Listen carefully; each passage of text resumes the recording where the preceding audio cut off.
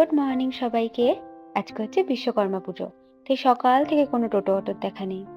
প্রতি বছরের মতনই এবারও আমাদের অফিসে পুজো, তাই সকাল সকাল রওনা দিলাম অফিসের উদ্দেশ্যে। আমার রাইফেল, বাবাইয়ের পিস্তল সবকিছু নিয়ে চলে এসেছি।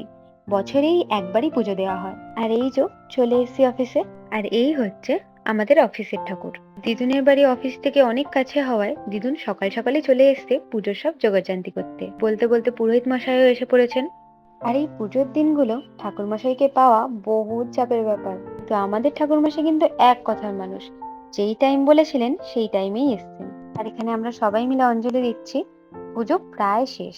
বাবাইয়ের গাড়িটা রাস্তায় দাঁড় করানো ছিল বলে ঠাকুরমশাই এখানেই পুজো করে দিয়েছে, কিন্তু প্রতি বছর লাইন দিয়ে এই মাঠে গাড়ি দাঁড় করিয়ে তবেই পুজো হয়। সকাল থেকে সবাই উপোস থাকায় এখানে আমরা খাচ্ছি লেবুর জল, মাথা ও পেট দুটোই ঠান্ডা করার জন্য। পুজো শেষ, তাই যাচ্ছি বাড়ি। চলো, টাটা।